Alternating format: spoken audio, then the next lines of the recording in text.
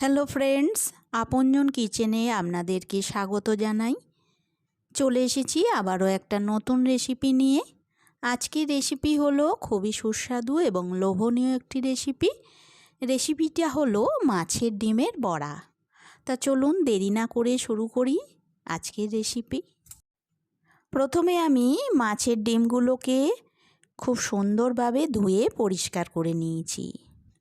তারপরে এর ভেতর দিয়েছি পেঁয়াজ কুচি, দিয়েছি আদা আর লঙ্কা কুচি, তারপরে দিয়েছি ধনেপাতা কুচি, তারপরে দিয়েছি 2 চামচ বেসন, তারপরে হলুদ গুঁড়ো, নুন আর দিয়েছি লঙ্কা গুঁড়ো। এইবার সমস্ত উপকরণ মাছের ডিমের সঙ্গে নিজের হাতের স্পর্শে মেখে নিতে হবে। যদি মনে হয় যে খুব স্টিকি লাগছে, তাহলে সামান্য একটু জল দিয়ে উপকরণগুলোকে মেখে নিতে হবে।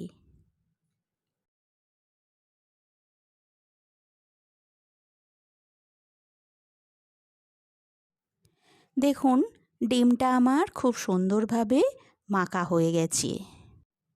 এইবার গ্যাসে কড়া বসিয়ে দেবো। কড়ার ভিতর দিয়ে দেবো সর্ষের তেল। তেলটা একটু গরম হলেই ডিমগুলোকে বড়ার আকারে ভেজে নিতে হবে। রেসিপিটা খুবই সহজ এবং খেতেও খুব সুস্বাদু একটি রেসিপি। এই রেসিপিটা আপনারা গরম গরম ভাতের সাথে খেতে পারেন এবং এমনি স্ন্যাক্স হিসাবেও খেতে পারেন। দেখুন, আমার ডিমের এক পিঠ ভাজা হয়ে গেছে। এবার অন্য পিঠ উল্টে দিয়ে একটু নাড়াচাড়া করলেই তৈরি হয়ে যাবে আজকের রেসিপি মাছের ডিমের বড়া। আর রেসিপিটা ভালো লাগলে লাইক, শেয়ার, কমেন্ট করবেন। আর চ্যানেলে নতুন হয়ে থাকলে চ্যানেলটিকে সাবস্ক্রাইব করে রেখে দেবেন লেটেস্ট ভিডিও পাওয়ার জন্য। Thank you.